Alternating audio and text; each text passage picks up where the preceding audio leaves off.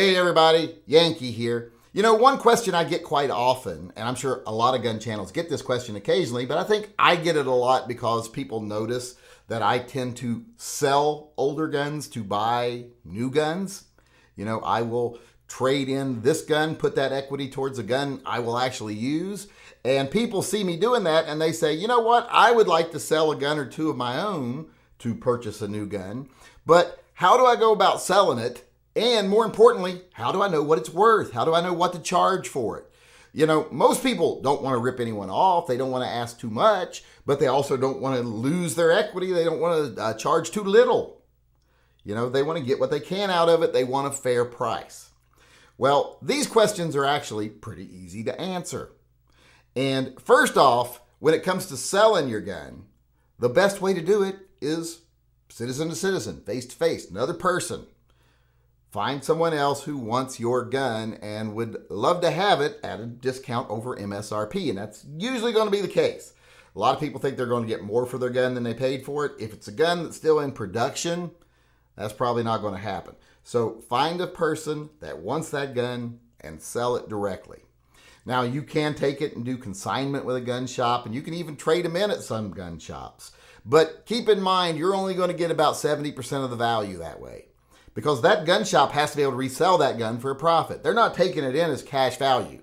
A lot of people make the mistake of thinking, when I trade this in, I should get the full value for it. Well, there's a big difference between what a gun is actually worth for sale and what it's worth for trade-in. Like cars. You notice the retail price and the actual trade-in price are different. And that's because the person taking the trade-in, the business, has to make a profit. Same thing with guns.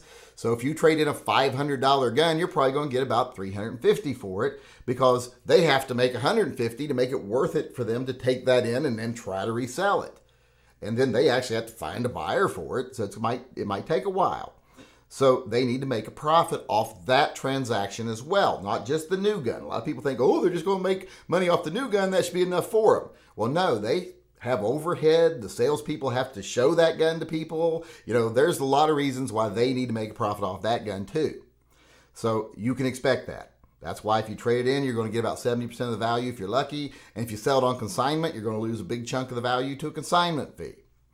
So if you want to avoid those fees, sell it yourself. If you live in a free state, you can just find someone who wants to buy it. Put an ad on a local forum or something is a good way to do that. When people ask me, how do I find a buyer? Find your local gun forum. Almost every state has big gun forums and they have local for sale ads. Use those. Those are the best resource I've always found. And usually there's no fee for that. Beyond that, you can go to national websites like Arms List and Gun Broker. But I've always found that the local forums are the best place to start. Unless you got something that's really rare and really valuable, and you want to reach as big a market as possible, so you find that collector, then the national sites are great. But always try your local site first. If you've just got a regular, common, everyday gun, like you've got a new Glock 17 and you want to trade it in and get a Smith & Wesson, well, then use your local forum. It's the best place to find a buyer. And like I said, if you live in a free state, you can sell it directly to them. You know, as long as that person's not a prohibited person, meet somewhere, do the deed. I have met many people in parking lots selling guns. Now, if you live in a state like Washington now, where you have to have a universal background check, you'll have to go to an FFL, and they'll have to do the actual paperwork. And as the buyer, they'll pay the fees for that. That's usually the buyer's responsibility to pay the transfer fee, anything like that. That's not on the seller. You shouldn't have to take that off the price of your gun, because they'll pay that on any gun that they buy anywhere and have it brought in. That money's not going to you, it's going to the business, so that should be up to them. They're the one buying the gun, they're the customer. Now, you can offer to pay it if you want, if you think that'd be an incentive to someone, but like I said, that's usually the buyer.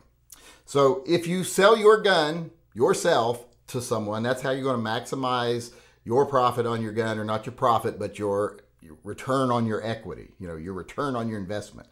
So that's the best way to do it. Face to face or even through an FFL, but citizen to citizen. Now you have to figure out what you're going to charge for it. Once you've decided how you're going to sell it, you've got to know how to price it properly. Like I said, most people don't want to rip anyone off and they don't want to be ripped off. And there are tons of books out there. Buyer's guides, seller's guides, value guides for firearms.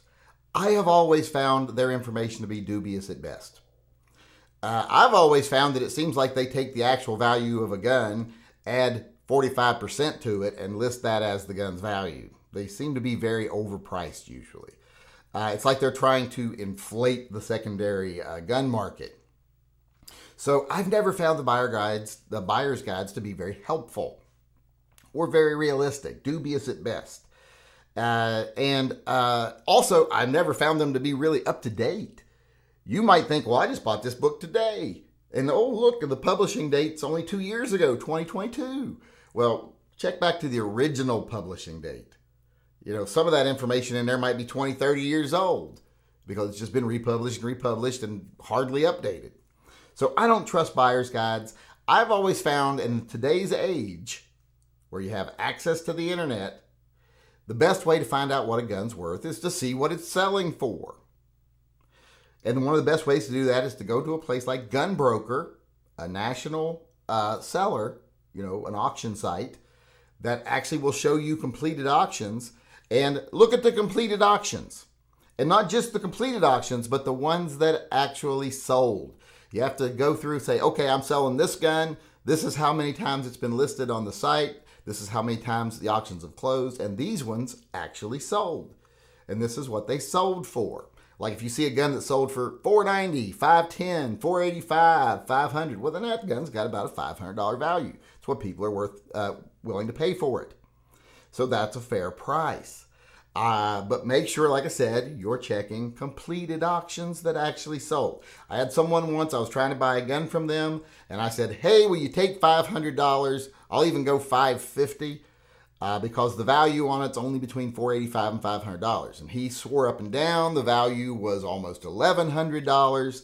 He's like, this gun sells for $1,100 all the time on Gunbroker, and I'm not taking less than $1,100 for it. In fact, later he thought he was cutting me a deal when he said $1,000. And when I finally asked him, how are you getting the price on this? He was getting his prices from Gunbroker by looking at completed auctions. And he said, there's at least a dozen of this gun over there, and every one of them was $1,100. Well, we went over and we looked, and I'm like, yeah, the gun's been listed a dozen times over the last year for $1,100 by the same big national gun shop that likes to try to put some of their stuff on Gunbroker and hope some rube will buy it just thinking it's special. And I said, they've listed it like a dozen times for $1,100. And as you can see, every auction closed with 0 bids. If we look at these ones, these auctions of the same gun, they all actually sold, and they sold in that $500 range. That gun's worth $500. So make sure you're looking at the right ads and make sure you're using that tool in the right way. And then you'll probably get a fair price for your gun, or at least you'll know what to ask for it. So like I said, best ways to sell your gun, sell it yourself. On your local forums, on a national forum if you got something that's a little more rare and you want a wider audience, but do it yourself. Remember, the buyer pays the fees at the FFL. That's generally the rule, unless you want to be generous and offer otherwise. Like an FFL that'll do it for free, or $5, whatever, because you're friends. Then you got an advantage there. Don't sell at wholesale to a dealer. Don't do consignment. You're going to pay a big chunk there unless your time is really so valuable to you that you don't want to waste any of it selling your gun. Then go right ahead. Those businesses need the inventory, so I support that. And they're not ripping you off. They're just engaging in business. And as far as the value, there's no better way to know what your gun is worth than to see what it actually sells for and use those resources like Gunbroker and other auction sites. They're a great resource. So if you do all those things, you probably won't have a problem selling your gun. You'll probably get a fair price for it. You'll feel good about it. You'll move on to a different gun. Now, some people, this is where they'll say, never sell a gun. I've always thought that was stupid. That's like, never sell a car. Well, why would I not sell a car? I want to drive another car. If I own a gun, I don't shoot it anymore, I don't carry it. Why would I not trade it in, use that equity to buy a gun that I might carry? I'll start shooting it again, even if I only shoot it for 6 months. I get 6 more months of enjoyment. And if I lose a percentage on my gun, they're like, you'll always lose 10, 20%. So what? That was a rental fee. I rented that gun for a year, 2 years for 10% of its value. and it's like a lease payment.